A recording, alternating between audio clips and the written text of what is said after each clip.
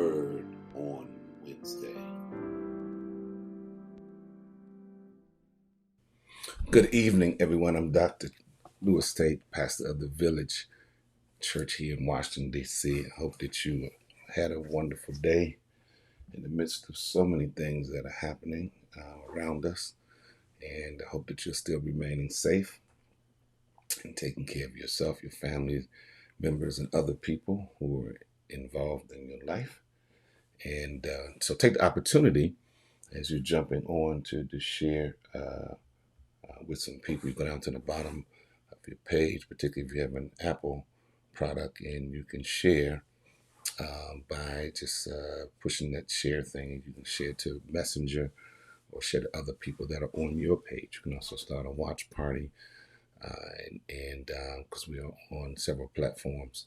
And also today, I want to wish my sister and my co-laborer in ministry, Elder Jackie, a wonderful birthday, and she's enjoying herself today. And so I hope she is anyway. So we're grateful that she's able to celebrate another birthday, another year. And all of you persons who perhaps have had a birthday or going to have one in the month of April, I'd certainly like to wish you a happy birthday as well. And so we're just grateful that you are here and able to join us tonight. And so wherever you are, if you could just tune in, invite some folks to hook up with us, that would be wonderful. And we're studying from the book of Esther. It's a very powerful book, has a lot of interesting things to say, share with us.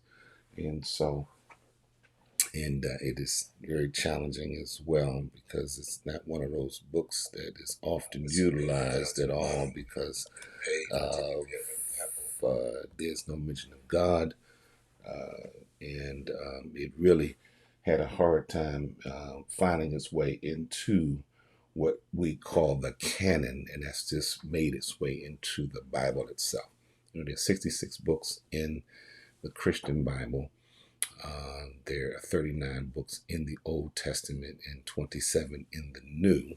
And of course, the Catholics have the Apocrypha, which just means hidden books that didn't make it into the 66 books. And of course, but Esther, the book of Esther had a hard time making it in for various reasons. But I find it a very interesting book that can particularly help us, those of us who find ourselves in these empire situations. I find it very extremely helpful in terms of just sort of sorting through how people navigated these situations. So tonight, listen, get a pen, get a piece of paper, get your best tool, and figure out what it is that you can do in this moment. And so, we always have interruptions and things going on, but just hang in there with us. So tonight, we're going to look at chapter 3 and of Esther. And tonight, if I was giving this a theme tonight, just to hang over, is that we're fighting a common enemy. A lot of times we don't realize, particularly persons who've been marginalized, persons who have been left on the margins, as Howard Thurman said, people whose backs are up against the wall. A lot of times we don't realize that we have things in common with other people who are experiencing the same kinds of kind of things from the empire, people who are in control and people who are intent on dominating through various ways.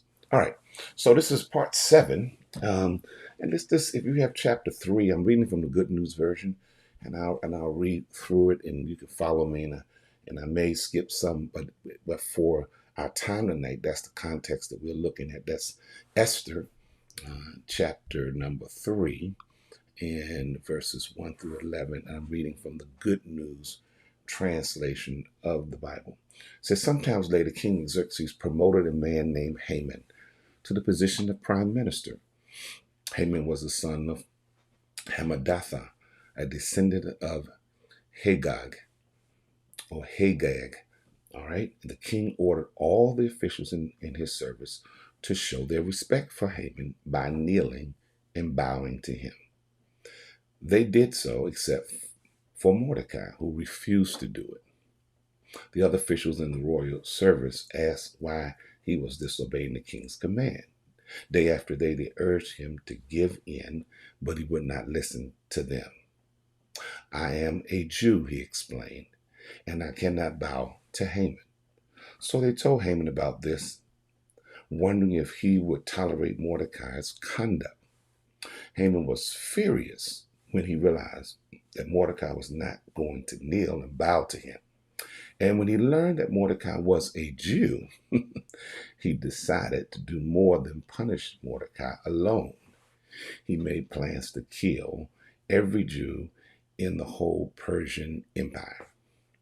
In the 12th year of King Xerxes' rule, and it's also King Xerxes is also he has another name, and it's slipping me now. But King Xerxes, he in the 12th year is ruled in the first month, the month of Nisan. Haman ordered the lots to be cast. Purim, they are called, Purim, to find out the right day and month to carry out his plot. So in the way they were casting lots to figure out, it's almost like throwing dice, if you will, to figure out which day and month that this will happen. A genocide, if you will.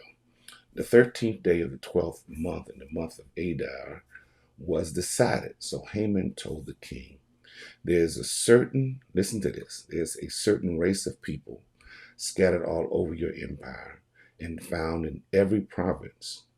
They observe customs that are not like those of any other people. Moreover, they do not obey the laws of the empire. So it is not in your best interest to tolerate them. Does this story sound familiar to you? And if it please your majesty, issue a decree that they are to be put to death. If you do, I guarantee I will be able to put 375 tons of silver into the royal treasury. That's approximately today about $187 million. That's a lot of money into the royal treasure for administration of the empire. And the king took off his ring, which was used to stamp proclamations, and made them official. And he gave it to the enemy of the Jewish people, Haman, the son of Hammedatha, the descendant of Hagag. The king told him, the people, listen to this, the people and their money are yours. Do as you like with them. Very powerful passage. Let's pray for them, Lord God. I pray that you allow your word to just speak, but not only speak, allow us to decipher, allow us to think through it, allow us to question it. Because, God, in our questioning, we could find answers. Perhaps we may not find them immediately, but perhaps they will help us to search. For even searching, God, we can perhaps find solutions and actionable things that we can do in the present moment. This is my prayer. In your son's name, amen. All right. So that last verse, of course, is just ringing so powerfully. And the king told Haman, the people and their money are yours. Do as you like with them. The interesting thing about this text, we left chapter 2, and at the end of chapter 2, Mordecai had discovered that there was a plot by two of the king's eunuchs. And in this plot, he discovered these two eunuchs, and he learned about it. And so instead of him, you would think, because they are all in the same position, they're all marginalized people. They're both oppressed, the eunuchs as well as the Jews. It just happens that Mordecai maybe have some upward mobility in the empire. And now Esther, who no one knows that she's a Jew because she is passing. If you're in the Black community, you know what passing means. It means that she is passing as one of the Persian women. Uh, it's like in African American culture in America, when you had mulatto women, that means they were mixed with black and white. A lot of them were very, very light skinned. I had an aunt that was that way, and they could pass for white. And some people decided that they would live that life as a white person because it was better, and they took their chance by passing. And so, and there are people even today who don't sort of identify with the African side of their heritage because they have more sort of European features, and so they pass. And even in our culture, we deal with this even today with figures who are sports figures who maybe have a black parent and a white parent, and depends on how their features are. A lot of times, the media will not. Call them black. They avoid even talking about their ethnicity, and of course, we really shouldn't be having a great conversation. But because it was made an issue and a problem, and it's still a problem, then we have to talk about it. And so, you have these kind of things that's still functioning even today. So Esther was, she was passing, she was hiding, she was keeping her identity a secret. And then here are Bigthana and Teres, who are these eunuchs, and they were guiding the entrances to the king's room. So they were very close to the king. And for reasons the writer doesn't explain, they became hostile to King Xerxes and plotted to assassinate him. That's in chapter 2, the end of chapter 2, verses 19 to 23. And at the end of that chapter, same chapter, and we see in this verses 22 and 23, the writer tells us how Mordecai and Queen Esther, how did they respond when they found out that here are some people. No, they're not Jews, but these eunuchs are despised, they're marginalized. A lot of times they have to live in colonies, but we also find out sometimes hurting people hurt each other. We also sometimes, in our own culture, we find out people who are being oppressed by the empire, by those who are in power. A lot of times they are pitted against each other, so they don't learn how to sort of work together and bring about solidarity to sort of deal with a common enemy, not necessarily through violence, but through organizing, through understanding, where the real problem is. And so, how did Mordecai and Esther respond in this instance? Well, those two verses in chapter 2, verses 23 tells us. It says the writer Mordecai learned about it. That's the plot to assassinate King Xerxes by Bigthana is a name, and Teresh, because a lot of times we don't want to say these people's names. Yes, they were eunuchs, but they had names. They were persons. They were humans.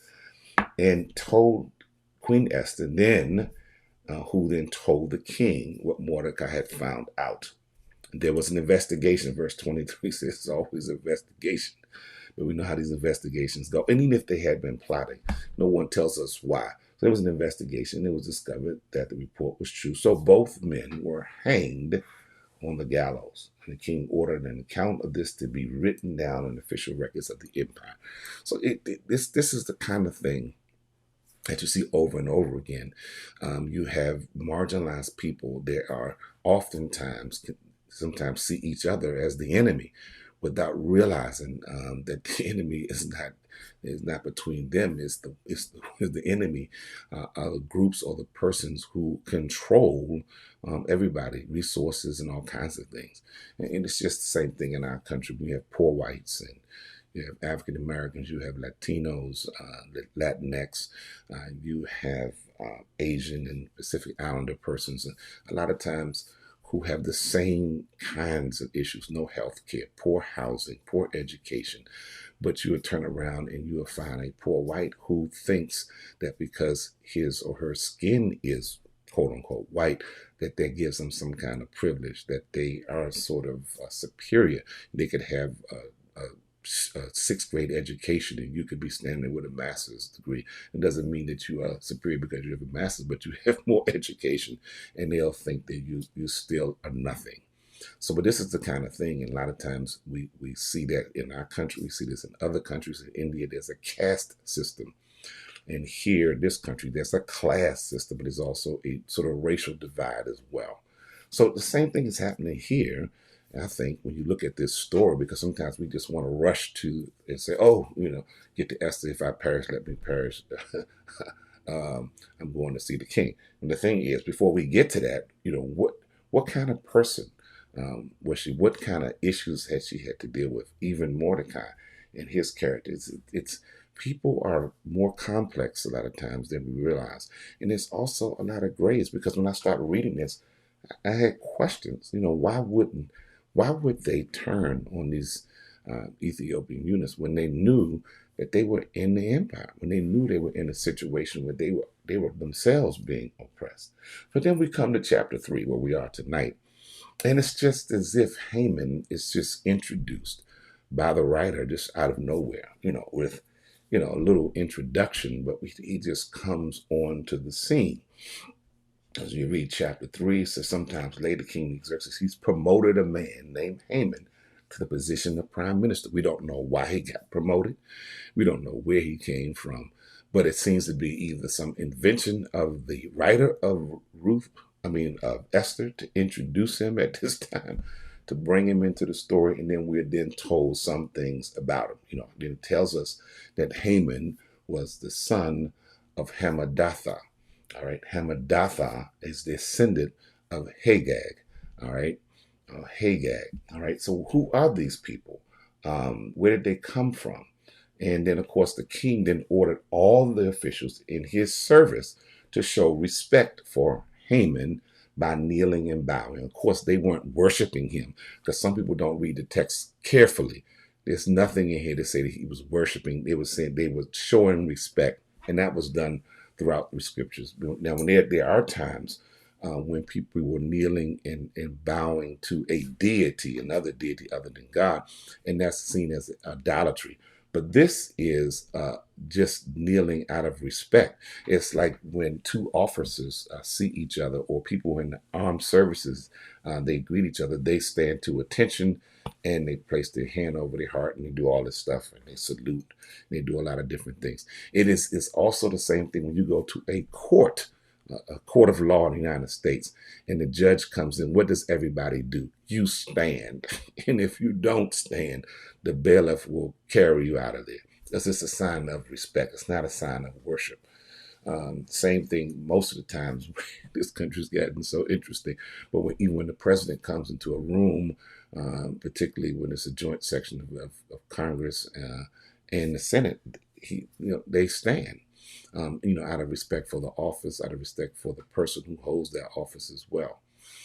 So that's what was going on here. But Mordecai, he refused to do it for whatever reason, and we'll find that out in a minute.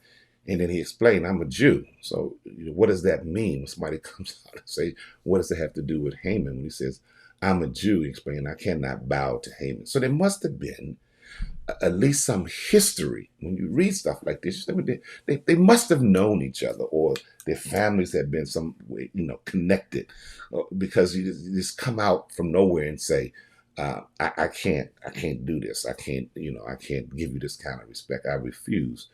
And the reason why I'm doing that, because I am a Jew. And of course, Haman got all in his feelings, and he got furious. And then he decided, listen, since you have shown me disrespect, not only am I going to wipe you out, I am going to wipe all the other Jews out. I'm going to completely annihilate them, genocide. And sometimes we want to reserve the genocide for a certain definition. One I found was genocide is internationally recognized as a crime where acts are committed with the intent to destroy, in whole or in part, national, ethnic, racial, or religious groups. These acts fall into 5 categories. And to me, genocide doesn't fall in 5 categories. Genocide is just genocide. But here's the categories: killing of members of the group, causing serious bodily harm or mental harm to members of the group. And of course, we know that's African people. We seriously bodily and mentally harm is because of African people all over the continent. Um, and so we are very familiar with that. And so then deliberately inflicting on the group's conditions of life calculated to bring about physical destruction in whole or in part, imposing measures intended to prevent births within the group, and forcibly transferring children out of the group to another group. Now that's so not only slavery is slavery, but it was genocide, not only for slaves, African people, but also First Nation people. But we don't talk about that as a country because it's a part of our history. We want to be dismissive, and so we don't really want to discuss it. As if not discussing it is going to go away. But perhaps if we did and reckon with it, perhaps we could move on from where we are. But listen, in this story, um, we sort of come upon this whole idea and try to figure out who, and King Xerxes is also King Ahasuerus. These two names are basically the same people. It's the same king, but two names: King Xerxes and King Ahasuerus. Same person, just two different names. He promoted Haman. We don't know why, and but he's the son of Hamadatha and an Agite. Haman was a descendant of uh, Agag, which is Agag, who was the king of the Amalekites, the people who were Israel's sworn enemies for generations. So now we discover that really Haman is a part of this group called the Amalekites. That's where he descended from, and they were sworn enemies um, of the Hebrew people. So if you go to 1 Samuel chapter 15, verse 7 through 11, it gives us some insight to the Amalekites' relationship with Jewish people. And it reads this way. So then Saul slaughtered the Amalekites from Havilah. Havilah is in Africa, folks, all the way to Shur, east of Egypt. So this whole thing is happening in Africa. And he captured Hagag, the Amalekite king, but completely destroyed everyone else. Saul and his men spared Hagar's life. Listen to this. And kept the best of the sheep and the goats and the cattle, the fat calves and the lambs and everything, in fact, that appealed to them. They destroyed only what was worthless or of poor quality. So, they killed all these other people. They wiped out women and children because it says the only person they kept alive was Hagar. Even though the text doesn't want to give you the gory details, if you said the only person you kept alive was the king, Hagar, and you killed everybody else, then you had to kill women and children and everybody. All right. And of course, the story goes as this is what God told him to do. All right. And so Saul and his men spared Hagar's life. All right. And they destroyed what was worthless. And then it says, in verse 10, the Lord said to Samuel, I am sorry that I ever made Saul king, for he has not been loyal to me and has refused to obey my command. Samuel was so deeply moved when he heard this that he cried out to the Lord all night. Now, this is a story, and we don't have time to go and answer all these questions, but I want to give you some questions to start to think, because this is a story about a God who is seemingly very violent, very vengeful. This is a story about a God who seems to sort of just is just very violent, very destructive. And then also he gives these commands that to wipe out whole groups of people.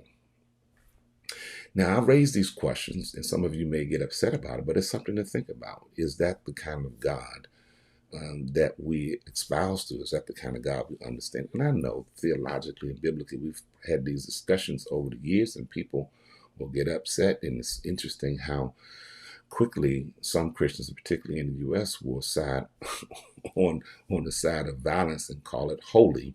I don't think there's anything holy about war. I don't think there's anything holy about violence and destruction of other people, their lands, or anything. I think it's quite unholy and ungodly. But when we want to justify, and that's any of us, we want to justify our behavior or our aggression towards another person or groups, we sort of come up with, a God who's on our side to do that. And it really diminishes, I think, who God really is. And I think it really diminishes the power of humanity, the power of God that can work within groups to work things out and to actually to do things in a way in which that violence is not necessary. And some people think that they have this kind of saying that there's a necessary evil. How's evil ever necessary? How is evil ever necessary?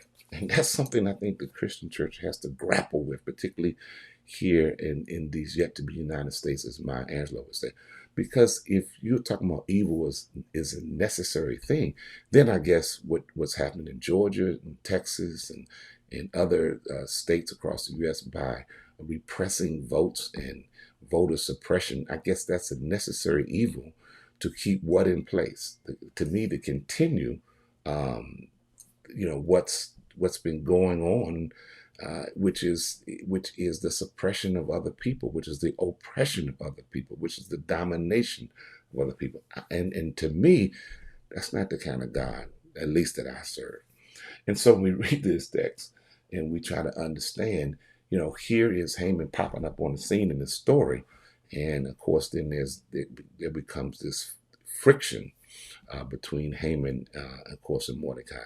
But already we already see they're in the empire. They're in the Persian Empire. You have Esther, who is passing as a Persian. She is hiding who she is, right? And we give her some kudos because she is really probably trying to navigate and trying to figure out how she's going to survive within this system. Right now, she's not doing anything for her people. She is surviving herself. But then Mordecai comes along, and of course, he has a problem with respecting Haman, who now is the prime minister, because of the past of his people. And sometimes I wonder, and I'm just asking questions, if we ever can resolve some of the things of our past by sitting down and really hashing them out. And then even the case in America, I mean, yes, it's going to take some sitting down, but it's also going to take some changing of policies and changing of the way in which structures systemically function in our country. So it's more than just having, nice powwows and nice talks. No, we have to really have some, not only talks, but some action behind, how all marginalized people are treated, from Native people to Asians to Black folks in America. And when we know, there's another shooting and killing in Minnesota, Dwayne, it just baffles you. It just blows, at least it blows my mind in terms of how, we can continue to do these things. Dante Wright. I mean, how in the world do you not know the difference between a gun and a taser? One is you have to take a latch off. One is a little heavier than the other. And what will cause you to want to even have to tase somebody? Was something escalated? Could have been de-escalated? What is it? So these are the things that we're dealing with today. So we get back to this story. Saul had a part to play into these Amalekites. They were in their relationship with Jewish people, because when he was supposed, I guess, to be following orders, he went sort of his own direction. And we also realized that this character Haman is also connected to Esau. He's a descendant from Esau, also called Edom. And so this goes all the way back. And Esau, the son of Isaac and Rebekah, eldest son of Jacob, he was the oldest, and this sort of Hebrew tradition of ancestors of the Edomites.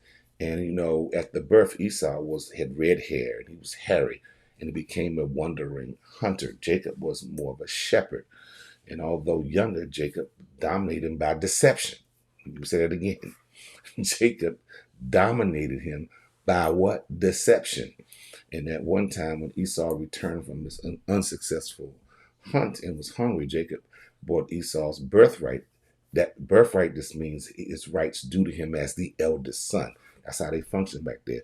For a bowl of porridge, or soup, if you will. And when Isaac was dying, Jacob, with Rebekah's help, cheated Esau out of his father's blessing, his birthright. And Esau would have killed Jacob, but Jacob fled. And when he returned 20 years later, listen to this, Esau forgave him. But, but you see how sometimes even in families, feuds can go on forever. And so here, these Haman and Mordecai, their people know each other, but they don't like each other. And you've been in families. You've had to deal with family members, cousins, or sometimes even siblings, or sometimes even parents. Don't like each other, and will be at each other's throats. And that's the complexity of human nature. But the thing is I think instructive is, how do we sort of work out of these situations?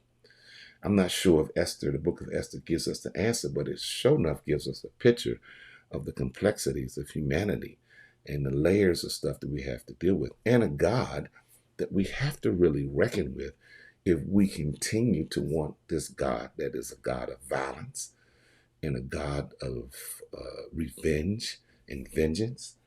And if that's the kind of God we want, and that's the kind of God we have constructed, if that's the kind of God that we have created, then we'll continue to see white supremacy as a foundation for Western Christianity.